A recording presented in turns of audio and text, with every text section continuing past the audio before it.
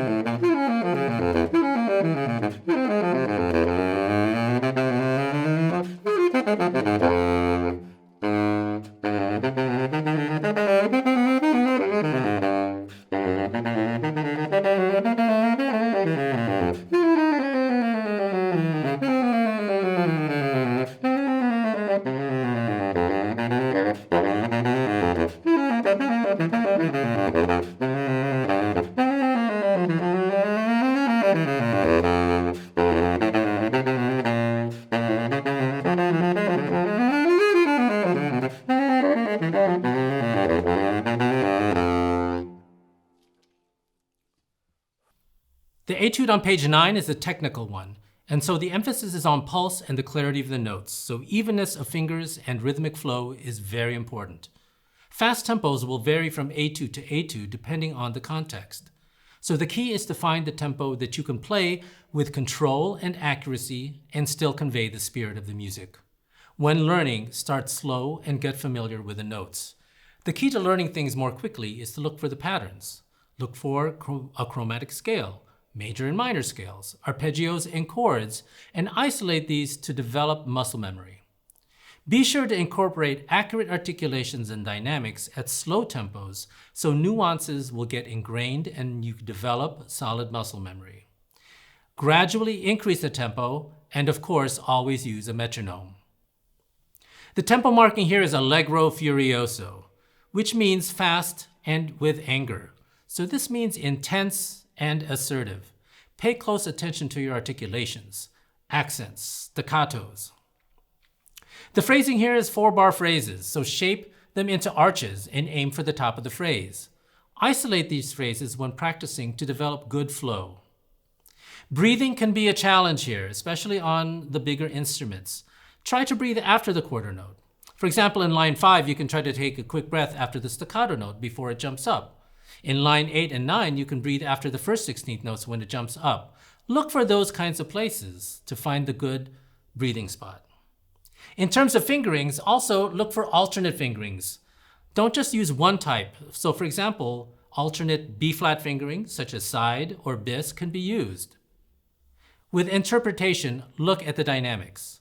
Crescendos will make the music much more dramatic. Be sure to follow the written dynamics, but you can enhance the dynamics by exaggerating in certain places or creating more subtleties within long stretches of a single dynamic for more interest.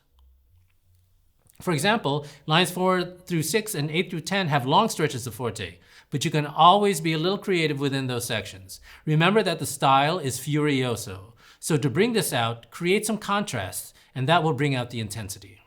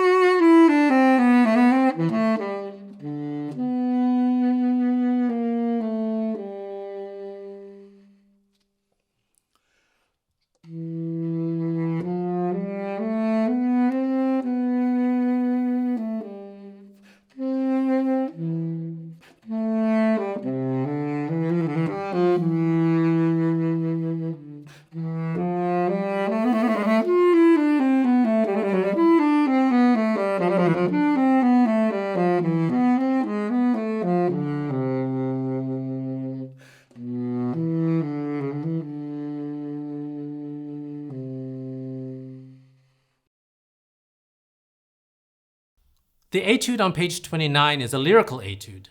The priority here is going to be on expression and phrasing and the beauty of your tone. Pulse is less of a priority, so there can be a little bit of rhythmic flexibility within the pulse. But always be aware of the context of the pulse so that you are working within the framework of the time. Since it is very lyrical, there will be a lot of attention to your tone quality. Make sure you use vibrato. If you have not been using vibrato, this is a great time to start. It will enhance the expression of this music.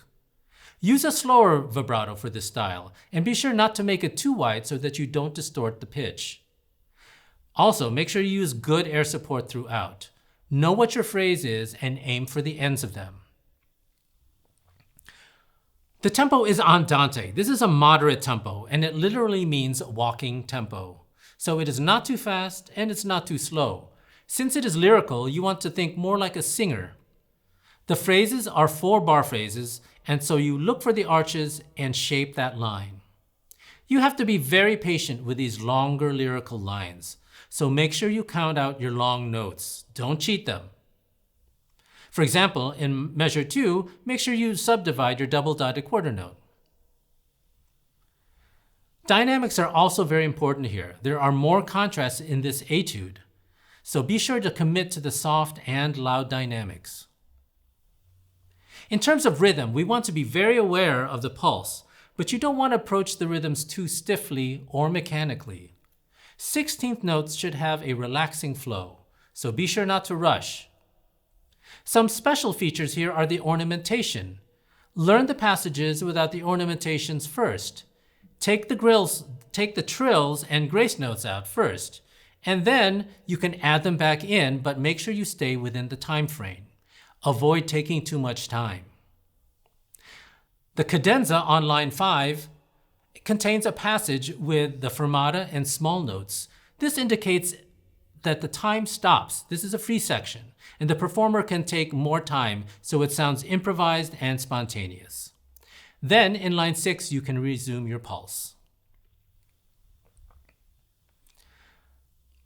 There are some fingerings that will make some of these passages sound more smooth. I'm going to do that passage again.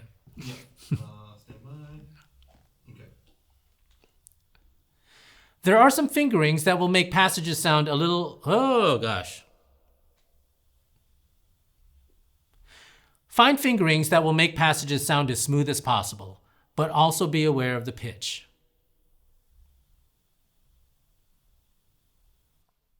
If you'd like more information about the University of Missouri School of Music or about the Saxophone Studio, please check out our website in the description below.